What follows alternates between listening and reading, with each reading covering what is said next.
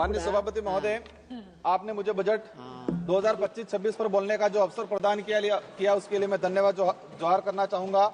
मैं भारत आदिवासी पार्टी की तरफ से देश के आदिवासी, दलित, ओबीसी, मुस्लिम, अल्पसंख्यक, गरीब, मजदूर एवं इस देश में रहने वाला प्रत्येक गरीब वर्ग का व्यक्ति जो मानवता और भारत देश के संविधान में विश्वास करता है, उनकी तरफ से बोलने के लिए खड़ा हुआ हूं। आज देश का पढ़ा लिखा, डिग्रीधारी, शिक्षित, बेरोजगार युवा 200-300 रुपए में दिहाड़ी मजदूरी करने के लिए मजबूर हो रहा है, और जो दूसरी तरफ जो विदेश में जा रहे हैं, जो रोजगार के लिए वो दोबारा पैरों में, हाथों में बेड़ियां लेकर वापस लौट रहे हैं। ये हमारा देश की स्थिति है, पढ़े लिखे विशेषकर बेरोजगारों की। आदिवासी समुदाय ने जितना प्राकृतिक आपदा का कहर नहीं झेला है, उससे ज्यादा हजारों सालों से शोषण, अत्याचार, विस्थापन जैसे मानव निर्मित आपदाओं के कहर से जूझा है। और उसका अगर उस आदिवासी समुदाय को आधुनिकता की लाइन में लाके खड़ा करना है तो विशेषकर एक आर्थिक पैकेज देने की आवश्यकता है, और साथ ही संविधान के अंदर जो प्रावधान है 5वीं अनुसूची और 6वीं अनुसूची का, और विशेषकर पैसा एक्ट को उसको धरातल पे लागू करने की सख्त जरूरत है। सभापति महोदय, देश के अंदर देखा गया है विस्थापन की जो समस्या, भारत देश में विकास के नाम से सबसे ज्यादा अगर कोई विस्थापित हुआ है तो आदिवासी समुदाय विस्थापित हुआ है। एक survey report Indian social institute की एक रिपोर्ट के अनुसार बताया गया है कि वर्ष 2010 से 2025 तक 15 सालों में 15 लाख आदिवासियों को विकास के नाम से विस्थापित किया गया है। वर्ल्ड बैंक की रिपोर्ट में बताया गया है कि विस्थापन आदिवासी समुदाय में से 50% आदिवासी परिवार पुनः विस्थापित नहीं हो पाते हैं। साथ ही भारत देश में एक सर्वे रिपोर्ट में आया है कि जो आदिवासी समुदाय है अपने जीवन काल के दौरान कम से कम 50% आदिवासी एक उम्र के अंदर 2 बार विस्थापित होते हैं। आजाद भारत में उस समाज को प्रताड़ित किया जा रहा है जिसका इतिहास का हर पन्ना खून से रंगा हुआ मिलेगा। क्योंकि आदिवासी जल जंगल जमीन की लड़ाई के लिए, देश की रक्षा के लिए मुगलों से, राजा रजवाड़ों से और अंग्रेजों से लड़ता आया, कभी झुका नहीं। लेकिन आज उनकी हालत बेहद बेहतर है। पिछले 10 सालों में भाजपा सरकार द्वारा धर्म की आड़ में कलम कागज के हथियारों से आदिवासियों के अधिकार, जल जंगल जमीन को हड़प कर आदिवासियों की मानसिक, आर्थिक, बौद्धिक हत्या करने का काम किया गया है। सभापति महोदय, आज बजट में सशक्त भारत बनाने की बात चल रही है। बनना चाहिए, हम भी चाहते हैं हमारा देश मजबूत बनना चाहिए, विश्व शक्ति बनना चाहिए। लेकिन स्थिति क्या है? हमारे देश का जो भविष्य कुपोषण की बेड़ियों में जकड़ा हुआ है। NFS 5 की रिपोर्ट बताती है कि आदिवासी बच्चों में 55% आदिवासी कुपोषित, और उसमें भी 42% बच्चे गंभीर एनीमिया से पीड़ित है। और आज देखा गया इस बजट के अंदर कि कुपोषण को दूर करने के लिए कोई बजट का प्रावधान नहीं किया गया है। बेटी बचाओ बेटी पढ़ाओ का नारा लगा रहे हैं। हमारे देश की महिलाओं के लिए हम भी चाहते हैं कि मजबूत बने, सशक्त बने। लेकिन हकीकत क्या है?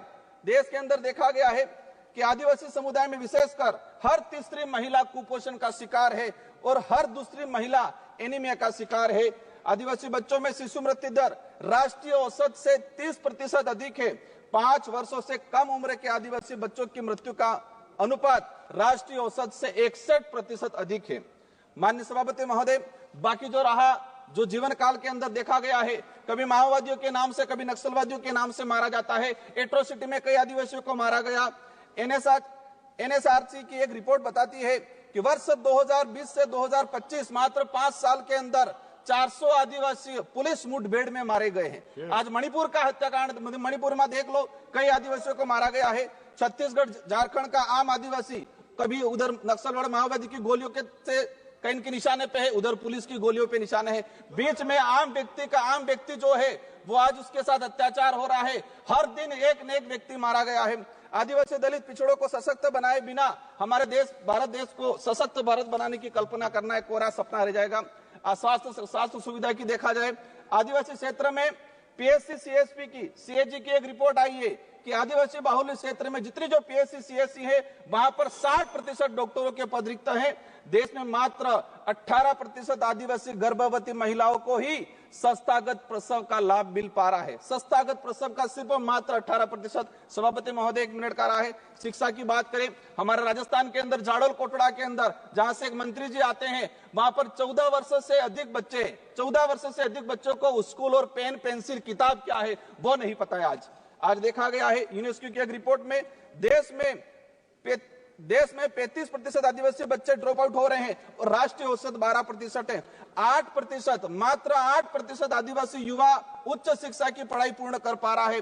देश के अंदर देखा गया है वर्तमान में कि 85% आदिवासी परिवार की पहली पीढ़ी पढ़ रही है और 20% आदिवासी ऐसा है जिनकी पहली पीढ़ी भी आज पढ़ाई नहीं कर पा रही है। बकाया छात्रवृत्ति 2-2 साल से छात्रवृत्ति नहीं आ रही। हमारे राजस्थान के अंदर केंद्र से बजट रिलीज नहीं हुआ है। राष्ट्रीय विदेश छात्रवृत्ति योजना शुरू की 2013 के अंदर 20 बच्चे जा रहे थे आदिवासी समुदाय के, मैडम 1 मिनट का रहा है, और आज भी 20 बच्चे जा रहे। 2013 में हमारे देश से विदेश में 1,90,000 बच्चे पढ़ने जा रहे थे। आज 2024 के अंदर 13 लाख जा रहे हैं, लेकिन आदिवासियों के लिए वो 20 सीटें हैं, वही 20 सीटें आज तक वो बढ़ाई नहीं गई है। लास्ट में अंतिम में कहना चाहूंगा, नरेगा के अंदर इस बार देखा गया बजट कोई नहीं बढ़ा गया है। नरेगा की मजदूरी 200 रुपए मिल रही है, उसको 600 रुपए तक किया जाए और 100 दिन का जो रोजगार है वो 200 दिन तक किया जाए।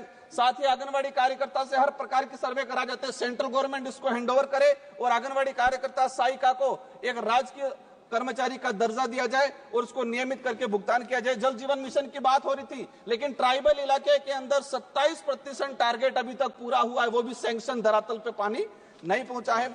अंत में कहना चाहूंगा, एकलव्य मॉडल की बात चल रही थी। हम चाहेंगे, अभी घोषणा के स्वागत करते हैं इस बात का, लेकिन उसको धरातल पे इंप्लीमेंट बहुत जल्दी होना चाहिए। किसानों की बात है, देखा गया किसानों पे गोलियां बरसाई जा रही। किसान क्या डिमांड कर रहा है? एमएसपी की डिमांड कर रहा है। किसान चाहता है जो खेत में जिस मेहनत से उसने कमाया है